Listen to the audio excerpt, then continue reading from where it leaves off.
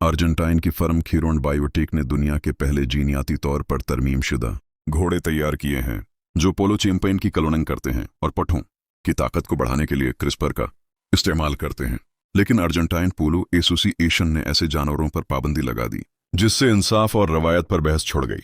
बीसस वो आमंदों की तरह नजर आते हैं, शहद के भूरेट और बट के साथ सफेद धब्बों के साथ नर्म मिजाज बीवंस आयरस के आई देही।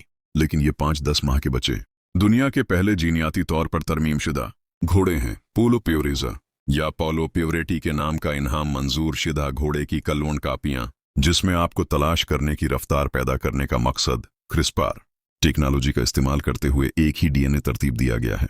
खीरोन बायोटेक अर्जेंटाइन की कंपनी जिसने घोड़े तैयार किए हैं।